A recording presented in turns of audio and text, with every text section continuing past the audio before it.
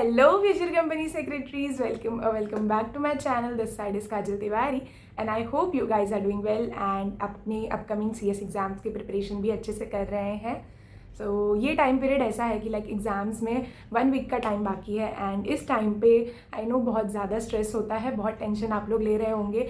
Although आपकी पढ़ाई अच्छे से हो गई होगी एंड मुझे ऐसा आप पे कॉन्फिडेंस है कि आप लोग ने अच्छे से मेहनत की है, बट उसके बावजूद आई नो कि थोड़ा सा टेंशन तो रहता ही है कि एग्ज़ाम्स में क्या होगा, कैसे होगा, अच्छे रिजल्ट्स आएंगे ना. सो फिलहाल के लिए मैं आपको यही बोलूँगी कि रिजल्ट्स की टेंशन मत लो. अभी बस सिर्फ ये टेंशन लो कि आपको वो 10 डेज़ में अपना 100% अपना बेस्ट देना है. एंड जब आप वो 10 डेज़ अच्छे से अपना बेस्ट दे दोगे, 25 अगस्त को रिजल्ट भी बेस्ट ही आएंगे. तो रिजल्ट की टेंशन अभी से मत लो. तो जो भी है आपका मेन फोकस अभी सिर्फ एग्ज़ाम्स पे होना चाहिए कि आपको वो 10 डेज़ कैसे टैकल करने हैं. तो यस, उसी 10 डेज़ को टैकल कैसे करना है, उस चीज़ को थोड़ा और ईजी करने के लिए मैं आपके साथ आज कुछ टिप्स शेयर करने वाली हूँ, जो कि उन स्टूडेंट्स के लिए हैं जो बोथ ग्रुप्स दे रहे हैं. तो मेजॉरिटी ऑफ द स्टूडेंट को ये डाउट होता है, लाइक सभी को होता है, डाउट नहीं बोलूँगी बट ये टेंशन होता है, अंदर एक डर होता है कि इतना वास्ट सिलेबस सब पढ़ लिया है, सब रिवाइज भी कर लिया है, लेकिन वो एग्ज़ाम के पहले वाला जो टाइम है, like 1 day prior to our exams, जो we have hardly 10 to 12 hours, 12 भी बहुत ज़्यादा है, 10 आवर्स हमारे पास होता है. तो उतने में हम ये सब चीज़ वापस से कैसे रिवाइज करेंगे? सब हो तो जाएगा ना, सब अच्छे से मैनेज होगा ना. तो येस, सब अच्छे से मैनेज होगा क्योंकि यही पैटर्न है. एंड इसी तरह पहले भी बच्चे सब पढ़ते आए हैं, करते आए, एग्ज़ाम्स देते आए. तो ऐसा तो है नहीं कि ये फर्स्ट टाइम है जो आप दे रहे हो, बाकी भी बच्चों ने किया है एंड आप भी कर लोगे. अगर आपने अभी तक अपनी प्रिपरेशन अच्छे से की है, रेगुलर कंसिस्टेंट रिविजन्स किए हैं, स्कैनर्स, पास्ट ईयर पेपर्स सब सॉल्व किया है, तो आपका वो 10 डेज़ भी अच्छा ही जाने वाला है. तो टेंशन नॉट. एंड कुछ टिप्स शेयर करने जा रही हूँ जिससे आपका वो एग्ज़ाम के पहले वाले जो दिन है वो अच्छे से आप अच्छे से आप उसे टैकल कर सकते हो, अच्छे से आप अपना सिलेबस रिवाइज कर सकते हो. उस टाइम पीरियड में भी, उस लिमिटेड टाइम पीरियड में भी आप अपना सिलेबस कंप्लीट कर सकते हो रिवाइज करके. So yes, without wasting any further time, let's start with the video. So tip number 1 is segregating the majority of important chapters. अब इसमें आपको क्या करना है, आपको अपने सब्जेक्ट्स में से जो इंपॉर्टेंट, हाई इंपॉर्टेंट वाले चैप्टर्स हैं, जो 60 to 70% ऑफ वेटेज कैरी करते हैं एग्जाम में, वो चैप्टर्स को सेग्रीगेट कर लेना है एंड उन्हें हाई प्रायोरिटी पे रखना है. मैं 60 to 70% ऑफ वेटेज मार्क्स के पर्सपेक्टिव से बोल रही हूँ. मैं ये नहीं बोल रही कि जो बड़े बड़े चैप्टर्स हैं जिससे आपका 60-70% का सिलेबस कंप्लीट हो जाए वो पहले करना है. नहीं, क्योंकि कभी कभी ऐसे होता है कि इंस्टीट्यूट जो छोटे छोटे चैप्टर्स होते हैं, जो लीस्ट इंपॉर्टेंट चैप्टर्स होते हैं, जो काफ़ी जिस पे हम ध्यान भी नहीं देते, वहाँ से भी क्वेश्चंस पूछता है. तो अगर वो चैप्टर्स वेटेज कैरी कर रहे हैं एग्जाम में, तो आपको उन्हें भी अपने हाई प्रायोरिटी में रखना है, छोटा समझ के उन्हें लास्ट के लिए नहीं रखना है. सो मेक श्योर कि वो ऐसी लिस्ट प्रिपेयर करो जिसमें आपका 60 to 70% मार्क्स के बेसिस पे कवर हो रहा है आपका पूरा सिलेबस. सो यस, ये जो है ये पहली चीज़ है जो आपको करनी है एंड ये आपके होंगे हाई प्रायोरिटी वाले चैप्टर्स. इसके बाद के जो चैप्टर्स हैं वो आप थोड़ा बाद में भी कर सकते हो, लेकिन ये पहले आपको इन पे फोकस रखना है. तो एग्जाम ये अभी से सेग्रीगेट कर लो, लाइक ये तो बहुत पहले सेग्रीगेट कर लेना चाहिए हमें, बट अगर अभी तक आपने सॉर्ट आउट नहीं किया है तो अभी भी टाइम है 1 वीक का, आप अभी से कर लो ताकि एग्जाम के एक दिन पहले आपके मन में कोई कन्फ्यूजन ना हो. आप क्लियर रहो कि मुझे अपनी प्रिपरेशन तो यहीं से स्टार्ट करनी है, फिर चाहे कुछ भी हो जाए, पहले ये इतने चैप्टर्स मुझे कंप्लीट करने हैं, then I will go to the remaining 30% of weightage. So yes, ये एक चीज़ आपको इंश्योर करनी है. Tip number 2 is don't change your study material. So yes, ये टिप मैंने अपने प्रीवियस वीडियो में भी शेयर की थी, जहाँ पे मैंने last 10 days revision strategy discuss किया था. एंड मैं अगेन वो चीज़ रिपीट कर रही हूँ कि आपको अपना स्टडी मटेरियल लास्ट मोमेंट पे चेंज नहीं करना है. Please don't do that guys. अगर आप ऐसा करेंगे तो you will land in major trouble during your exam.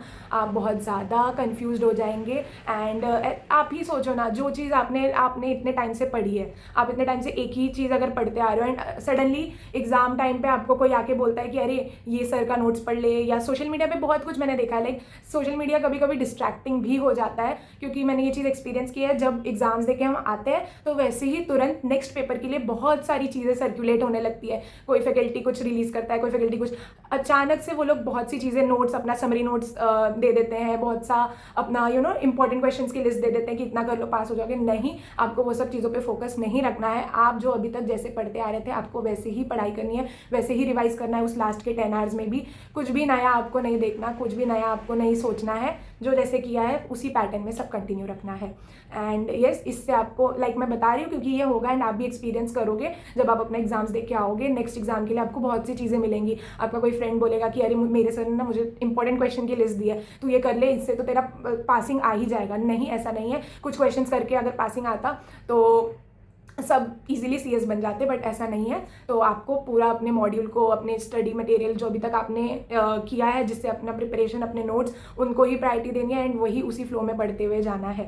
तो यस, ये था second most important tip. Tip number 3 is time blocking. Now time blocking में क्या है, अगेन जैसे मैंने अपनी प्रीवियस वीडियो में ये बोला था कि आपको हर सब्जेक्ट को टाइम एलोकेट करना है कि 10 डेज में आप कितने सब्जेक्ट्स हैं एंड कितने दिन में कितने कितने सब्जेक्ट रिवाइज करके कंप्लीट कर लेंगे। Same thing applies here, but यहाँ पे आपको सब्जेक्ट्स को नहीं, उस सब्जेक्ट के पर्टिकुलर चैप्टर्स को टाइम एलोकेट करना है कि मेरे पास एग्जाम से पहले 10 आवर्स का टाइम है एंड 10 आवर्स में मुझे 20 चैप्टर्स कंप्लीट करने हैं। तो इस 10 आवर्स को मैं कैसे बाइफर्केट करूँगा, कौन से चैप्टर को कितने मिनट्स या कितने आवर्स दूंगा, तो ये आपको फिगर आउट करना है एंड ये अभी आपको करके रख लेना है। एंड अभी भी आपको उसी पैटर्न में रिविजन करना है कि यस, ये पर्टिकुलर चैप्टर है, ओके सो ये चैप्टर बहुत छोटा है, बहुत ईजी है, इसके कॉन्सेप्ट्स भी मेरे अच्छे से रिवाइज हुए हैं, तो ये तो मैं हार्डली 15 से 20 मिनट्स में कंप्लीट कर लूँगा। तो ऐसे करके एंड देन कैटेगरी ए वाले चैप्टर्स, जो हाई प्रायोरिटी वाले चैप्टर्स हैं, जो थोड़े वास्ट चैप्टर्स हैं, जहाँ पे टेक्निकल कॉन्सेप्ट्स हैं, वो आपको वापस से एग्जाम से पहले एक बार अच्छे से समझने की, अच्छे से रिवाइज करने की ज़रूरत है। तो उसको आप 45 मिनट्स, 1 आवर ऐसा टाइम दे सकते हैं। तो इस तरह आपको अभी से सॉर्ट कर लेना है कि कौन से चैप्टर को मैं कितना टाइम दूं एंड कौन से चैप्टर्स मेरे कितने टाइम पीरियड में रिवाइज करके क्विकली खत्म हो रहे हैं। अगर जो छोटे चैप्टर्स अगर वो आपके 5 मिनट में खत्म हो रहा है, ऐसा होता है, कुछ चैप्टर्स ऐसे होते हैं जो 5 to 10 मिनट से ज़्यादा नहीं लेते रिविजन में, अगर वो उतने देर में होते हैं तो वेल एंड गुड ना, आपका ही टाइम सेव हो रहा है, वो टाइम हाई प्रायोरिटी वाले चैप्टर्स को दे सकते हैं। तो ये चीज़ आपको फिगर आउट करके रख लेनी है एंड ये चीज़ आपको उस दिन भी अप्लाई करनी है and stick to that time period. उससे ज़्यादा टाइम मत लेना क्योंकि उस टाइम पर टाइम बहुत कम होगा। आपको अभी ऐसा लग रहा है 10 आवर्स, लेकिन 10 आवर्स कैसे निकलेंगे नहीं पता चलेगा। तो please stick to that time blocking which you have done. तो यस, ये था tip number 3। Tip number 4 is not going to be any tip, but it's my routine which I had followed exactly 1 year back. It's very nostalgic, you know. अच्छी feeling है, अच्छा लग रहा है कि 1 साल पहले मैं किस फेस में थी एंड मैं क्या कर रही थी एंड आज अभी भी वो थोड़ा थोड़ा ना अंदर से ऐसा लग रहा है अरे 1 जून आ रहा है। नॉट 1 जून, बट मेरे एग्जाम 2 जून से स्टार्ट हुए थे, पोस्टपोन हो गया था एक दिन ड्यू टू इलेक्शंस। तो वो अंदर से अभी भी वो फीलिंग आ रही है कि एग्जाम्स आने वाले, अरे यार वो जून वाला टाइम पीरियड आ गया जहाँ मुझे एग्जाम लिखना है। तो वो फीलिंग ठीक है यार, उस टाइम पे बहुत मेहनत की थी, बहुत ज़्यादा मेहनत की थी एंड आपको भी बोलूँगी कि आप भी जो मेहनत अभी कर रहे हैं, ट्रस्ट मी, आगे चल के आप अपने आप पे खुद पेरेंट्स, सोसाइटी, फैमिली, फ्रेंड्स, सब लोग तो खुश होंगे, सब लोग आप पे प्राउड फील करेंगे, बट सबसे ज़्यादा आप अपने आप पे प्राउड फील करोगे अपनी जर्नी याद करके, क्योंकि आपने अपनी जर्नी जितना क्लोजली आपने देखी है, जो आपने एक्सपीरियंस किया है, जो आपने वो फेस जिया है, वो और किसी ने नहीं देखा है और किसी ने नहीं एक्सपीरियंस किया है और कोई नहीं उसकी उतनी वैल्यू कर सकता जितना आप खुद करते हो। तो आज भी मेरे लिए वो फेस बहुत स्पेशल है। जो लास्ट ईयर का 2024 का 25 फेब से लेकर 10 जून तक का जो फेस था, वो बहुत बहुत बहुत ज़्यादा मेमोरेबल है मेरे लिए कि मैंने इतने सैक्रिफाइसेस किए थे, इतनी मेहनत की थी, दिन रात एक करके पढ़ाई की थी। तो आज अच्छा लग रहा है कि मैं आज मुझे जो चाहिए था मैंने वो अचीव कर लिया। सो यस, आप भी अच्छे से मेहनत करो एंड मैं आपके साथ शेयर कर देती हूँ कि क्या था, मैंने किस तरह उस लिमिटेड टाइम पीरियड में रिवीजन किया था। तो बेसिकली मेरा टाइम टेबल ये हुआ करता था कि हमारे एग्जाम्स 9 to 12 होते थे एंड मेरा सेंटर मेरे घर से थोड़ा ज़्यादा ही दूरी पे था, ऐसा नहीं कि पास में था, 10-15 मिनट्स में मैं पहुंच जाऊं। So it use to take around 1 hour 15 minutes. So दूर था सेंटर, बट मैं ये पकड़ के चलती हूँ कि आपका सेंटर मेरे से भी ज़्यादा दूर होगा, आया होगा एंड आपको 2 hours लग रहा है। अब इससे ज़्यादा तो दूर सेंटर ICSI नहीं देगी। तो यस, मैक्सिमम 2 o'clock तक आपको घर पहुँच जाना है। अगर आप 2 o'clock तक घर पहुँच रहे हैं, उसके बाद 2 to 2:30 आपको थोड़ा सा रेस्ट लेना है, आपको लंच करना है। Then what I used to do, 2:30 से 4, 2:30 to 4 मैं सो जाती थी, एक नैप ले लेती थी। एंड मैं इसलिए सोती थी क्योंकि मुझे आफ्टरनून का जो स्लीप है वो मेरे लिए बहुत ज़्यादा इंपॉर्टेंट है। आज भी मैं रात की नींद सेक्रीफाइस कर सकती हूँ, मुझे वो दोपहर की नींद मेरे लिए बहुत ज़्यादा ज़रूरी है। तो इसलिए मैं वो 1.5 घंटा वहाँ पे सो लिया करती थी। अगर आपको ऐसा लगता है कि आप में एनर्जी है, आप आधे घंटे भी रेस्ट करके फिर आप पढ़ाई कर सकते हैं, तो आप वहाँ से 3 o'clock से स्टार्ट कर देंगे। बट मैं 4 o'clock से पढ़ने बैठ जाती थी till 3:45, 3:50 I use to sleep, then मैं उठती थी फटाक से एंड अपना रिविजन स्टार्ट कर देती थी। देन मैंने 4 to 9:30 ये टाइम पीरियड ऐसे था जो मैंने एलोकेट किया था अपने कैटेगरी ए हाई प्रायोरिटी वाले चैप्टर्स को। मेरा टारगेट यही हुआ करता था कि मैं 4 to 9:30 तक तो अपने पूरे इंपॉर्टेंट जो 60 to 70% वेटेज वाले चैप्टर्स हैं वो कंप्लीट कर लूँ। If not max to max मैं 10 o'clock तक कंप्लीट कर लेती थी, क्योंकि 9 to 10 ये मेरे डिनर का टाइम ऐसे हुआ करता था। तो मेरा ऐसे था कि डिनर से पहले तो मुझे अपना कैटेगरी ए वाला चैप्टर पूरा कंप्लीट करके रखना है, क्योंकि एक बार वो 60% या 70% वाला चैप्टर्स कंप्लीट हो गया, उतना वेटेज आपने कंप्लीट कर लिया, तो उसके बाद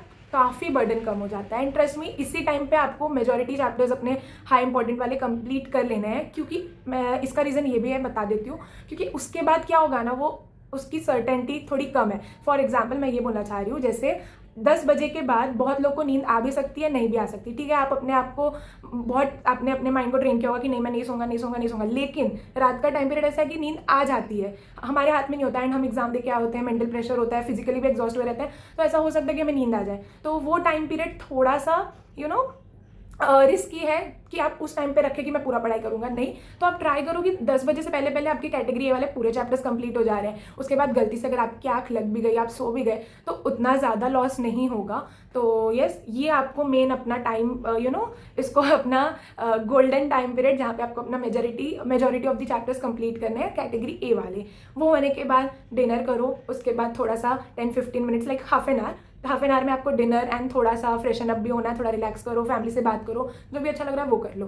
हाफ एन आवर का ब्रेक लेने के बाद I use to again resume at 10, then 10 to 12-12:30, ये 2.5 आवर्स वाला टाइम पीरियड में मैं नेक्स्ट जो कैटेगरी बी वाले जो चैप्टर्स थे, जो थोड़ा कम इंपॉर्टेंट थे, वो चैप्टर्स रिवाइज करती थी। वो होने के बाद 12:30 के बाद से 12:30 के बाद से मेरा ऐसे था कि मैं रात में जग के पढ़ लेती थी, क्योंकि मुझे रात में जग के पहले से भी पढ़ने की हैबिट थी। मैंने अपने टाइम टेबल में भी बताया आपको, जो मैंने पहले वीडियो शेयर की है, कि मैं नाइट आउल थी, तो मेरे को रात में जग के पहले से ही पढ़ने की हैबिट थी। ऐसा नहीं कि मैं एग्जाम के टाइम पे जग रही थी, नहीं। तो मैं प्रिपरेशन टाइम पे भी I use to study from 12 o'clock till 6 in the morning। तो मुझे रात में जगने की हैबिट अच्छी खासी हो गई थी। तो रात में देन अगेन मैं सोती नहीं थी, बट येस, अगर आप दिन में नहीं सो रहे हो, दिन में आराम नहीं कर रहे हो, तो मेक श्योर कि आप 12:30 के बाद सो जाओ। एंड जो लोग को रात में जग के पढ़ने की आदत है, उनके लिए मैं बता देती हूँ, आप 12:30 to 2:30 ऐसे में आप रिमेनिंग कैटेगरी सी वाले चैप्टर्स पे फोकस करो, आप कैटेगरी सी के चैप्टर्स कंप्लीट करो। वो होने के बाद 2:30 to 5 और आई कैन से 4:30-4:45 ऐसा 2 आवर्स में अगेन सो जाया करती थी। एंड ये मेरा एक स्ट्रैटेजी था कि मैं एक ही स्ट्रेच में पूरा नहीं सोऊंगी, इसीलिए मैं आफ्टरनून में 1 hour 30 minutes सोया करती थी। एंड यहाँ पे रात में मैं अप्रॉक्स 2 आवर्स सोती थी। तो ऐसे करके मुझे 3 to 4 आवर्स का स्लीप मिल जाता था, जो मेरे लिए सफिशिएंट था एग्जाम पीरियड में, क्योंकि उससे ज़्यादा मुझे ऐसा लगता था कि अगर मैं उससे ज़्यादा सोई तो कुछ बुरा हो जाएगा। तो यस, तो मेरी बॉडी को वो सूट करता था। बट आपको अगर नींद लगती तो आप प्लीज़ नींद लीजिए। ऐसा नहीं है कि सब रैंकर्स 3 घंटा सो के ही रैंक लाते हैं, ऐसा नहीं है। आप अच्छी नींद लेके भी लाइक 4 to 5 आवर्स, अब 5 to 6 आवर्स से ज़्यादा तो मत सोना, 5 hours is sufficient. Exam time में 5 घंटे सो लो, बस हो गया। उससे ज़्यादा भी ऐसे कि सोते रहो, नहीं। तो इतना करने के बाद 5 o'clock को मैं फिर से रिज्यूम करती थी। देन 5 to 7 में मैं अपना पूरा कंप्लीट करके, लाइक 7 तो नहीं बोलूँगी, I used to have like 6:30-6:45 तक का टाइम पीरियड, क्योंकि उसके बाद मुझे रेडी होके देन निकलना होता था एग्जाम सेंटर के लिए भी। तो यस, 6:45 तक like I use to have 1 hour 45 minutes, जहाँ पे मेरा जो भी रह गया है, जो भी चीज़ बाकी है, तो मैं वो कंप्लीट कर लेती थी। वो होने के बाद अगर मुझे ऐसा लग रहा था कि कुछ इंपॉर्टेंट चीज़ है जो मुझसे मिस हो रही है, या फिर कुछ मुझे फिर से देखने की ज़रूरत है, तो मैं वो फिर से जाके देख लिया करती थी, क्योंकि बस वही टाइम पीरियड है जहाँ पे मतलब हम सब चीज़ देख सकते हैं, क्योंकि उसके बाद तो एग्जाम देने जाना है। तो कुछ छूट ना जाए, तो वो जो भी मुझे ऐसा लगता था कि अरे ये मुझे याद नहीं आ रहा है, यहाँ पे मुझे थोड़ा टफ जा रहा है, तो मैं वो चीज़ देख लेती थी। सो यस, इतना करने के बाद देन एग्जाम्स के लिए रेडी होके देन मैं चली जाती थी। फिर एग्जाम देने के बाद अगेन आके सेम रूटीन फॉलो करती थी। तो यहाँ पे 1-2 चीज़ इंपॉर्टेंट है जो आप नोट कर सकते हो। पहला तो ये कि जो मैंने टाइम स्ट्रेच बताया 4 to 10 या 4 to 9 तक का, वहाँ पे आपको इंश्योर करना है कि 5 to 6 आवर्स, मतलब 5 आवर्स ही लगेंगे, बट किसी सब्जेक्ट में जो ज़्यादा वास्ट है उसमें 6 आवर्स भी लग सकता है। तो उस टाइम पीरियड में आपको कैटेगरी ए वाले चैप्टर्स कंप्लीट कर लेने हैं। Then go to category B chapters, जो आप 3 आवर्स में इजीली कंप्लीट कर लोगे। उसके बाद रिमेनिंग 2 आवर्स में आप कैटेगरी सी वाले चैप्टर्स कंप्लीट करोगे। तो ऐसे 10 to 11 आवर्स में आपका पूरा रिवाइज करके हो जाएगा, along with 4 hours of sleep. अगर आप उससे भी ज़्यादा स्लीप ले रहे हो तो कोई बात नहीं। बेसिकली बोलूँगी कि उस 10 days में अपनी बॉडी की सुनो, अपने माइंड की सुनो। अगर आप ऐसा लग रहा है कि आपको सोना है, आप सोने के बिना नहीं कर पाओगे, तो आपको सो लेना चाहिए क्योंकि वो टाइम नहीं है जहाँ पे आप अपने आप पे बर्डन डालो। अगर उस टाइम पे आप अचानक से सोचोगे ना कि मैं बर्डन लेके पढ़ूँ और एग्ज़ाम देने जाऊँ, तो मैं आपको बता दूँ ये फेज़ भी मैंने एक्सपीरियंस किया है दिसंबर 23 में, जहाँ पे मैंने अपने बॉडी पे अननेसेसरी का बर्डन डाला था एंड मुझे सफ़र करना पड़ा था अपने एग्ज़ाम के टाइम पे, जहाँ पे मैं पूरी तरह ब्लैंक हो गई थी। तो यस, माइंड एंड बॉडी को आपको रिलैक्स रखना है एंड पॉजिटिव नोट पे अच्छे वे से पढ़ाई करके अच्छे वे से सब रिवाइज करके जाना है एंड यस, भगवान का नाम लेते रहना है, सब अच्छा होगा। एंड बस यही था कि कैसे आपको 10 to 11 आवर्स में आप मैनेज कर सकते हो पूरा रिविजन।